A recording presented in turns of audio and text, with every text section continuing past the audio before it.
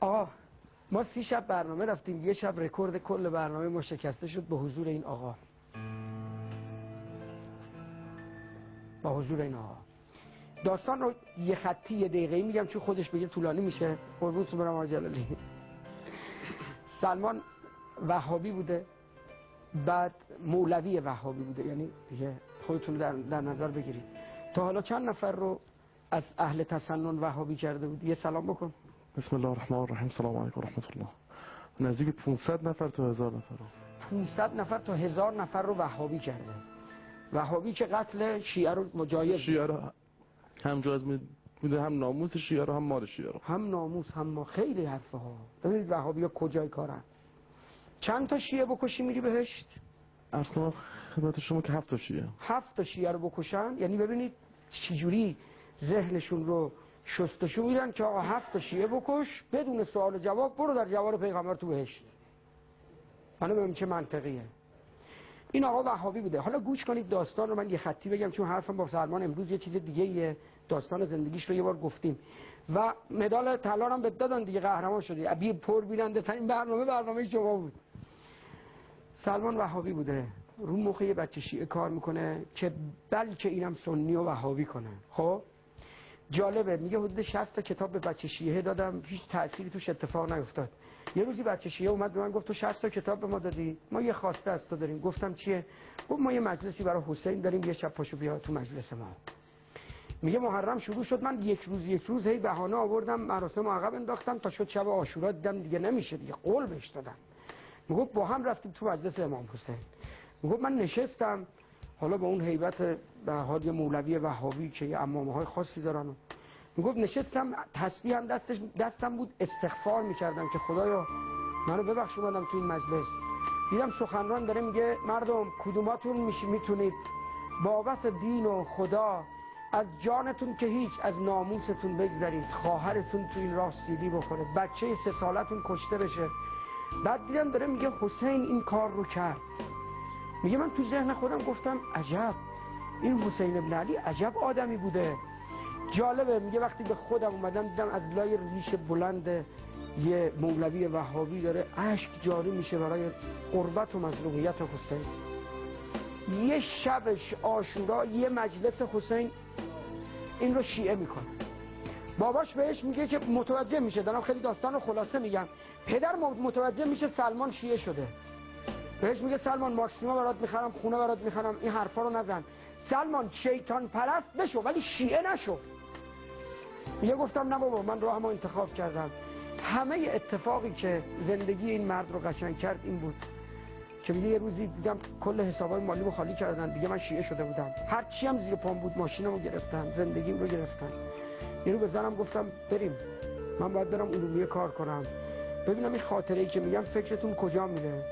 دیگه در خونه رو باز کردم، خانومم دنبالم اومد، گفت حالا داری میری؟ من تو دم کوچه دنبالت بیام. اومدم دیدم که پدرم با 10-15 نفر جلومو گرفتن. کجا میری؟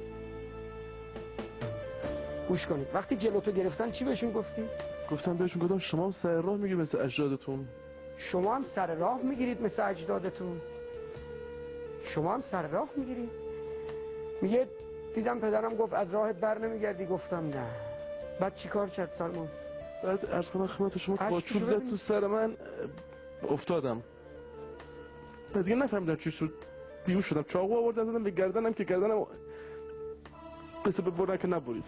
بعد 2-3 بار عرض کنم خدمت شما که زد رگ دستش اینجا نبرد، آخرش چاقو تیزتر رو آوردن که زدن به اینجا و رگ دستم بریدن. وقتی به هوش اومدم گفتن که زنتم که اومده وسط، عرض کنم خدمت شما که زدنش با بچه‌اش سر شده. بچه خانومشون، ببین خانوم باردار میاد که آقا چرا شوهرمو دارید میزنید؟ میزنن، خانومش هم اونجا بچه‌ش از بین میره. ما کجا، اون کجایی که دید رو. ها چی گفتی؟ یه بار دیگه بگو. میگم ما کجا، اون کسی که دید. آخه ما که بیهوش بودیم، ما که ندیدیم، ما که زن حضرت فاطمه زهرا نبود. ما کجا اون کجا، ما خیلی فرق داریم با اونشون. ولی هرچی ما لکنت داریم، هرچی ما چیزایی به خاطر همون لکنت زبانی که داره بالا همون کتکی که باباش و اطرافیانش خورد. حرفم اینه که این اتفاق میفته به خدا اصلا وقتی داستان زندگیش تعریف کرد من همون شب فهمیدم برنامه یه اتفاقی افتاد. 70 شب و روز تو مسجد جمکران رو کارتون خوابید با خانومش. حرف جالب زندگیش اینه، خانومش وقتی میره دکتر میگن بابت اون ضربه‌ای که به این خانوم خورده دیگه این خانوم بچه دار نمیشه. خب میگه یه روزی دست به دامن حضرت زهرا شدم، خیلی گریه کردم که خانوم همه این بدبختی های ما سر ولایت شوهر شما بود، ما بچه میخوایم. بعد دیدم که آثار وضع هم هست. 15 روز، درسته 15 روز به زایمان میگن یه عکس سه‌بعدی از رحم میگیرن میبرن پیش خانم دکتر نگاه میکنه، میگه این بچه 700 گرمه، به دنیا هم بیاد مرده به دنیا میاد. میگه شب اومدیم خونه خانومم قرص خواب خورد رفت خوابید، منم نشستم به قربت علی گریه کردم. بعد دیدم که خانومم یه لحظه دوید بیرون. گفتم چی شده؟ گفت سلمان یه خانومی اومد تو خواب من رو بغل کرد، گفت دخترم منو میشناسی؟ گفتم نه. گفت من اسمم فاطمه دختر پیامبره، بچت رو ما حفظ میکنیم، این بچه برای ماست. وقتی بچه به دنیا آمد چند کیلو؟ وقتی به دنیا آمد از کنم خدمت شما 2 کیلو 800 گرم بود. 2 کیلو 800 گرم. 15 روز به زایمان 700 گرم. موقع به دنیا آمدن 2 کیلو 700 گرم. انقدر این بچه زیباست. به اسمش هم فاطمه گذاشتیم به خاطر همون روایتی که داره که اگه اسمش فاطمه گذاشتید یه وقت عرض کنم خدمت شما که نه بزنید نه داد بزنید سرش. بخاطر یه فاطمه بود خیلی داد زدن سرش، خیلی زدنش. یه جا شما یه جا به فاطمه تون هیچی نگید. اینه و به حق اون اشکایی که رو صورتت هست برای شیعه مرتضی علی دعا کن، چون تو فرق میکنی با ما.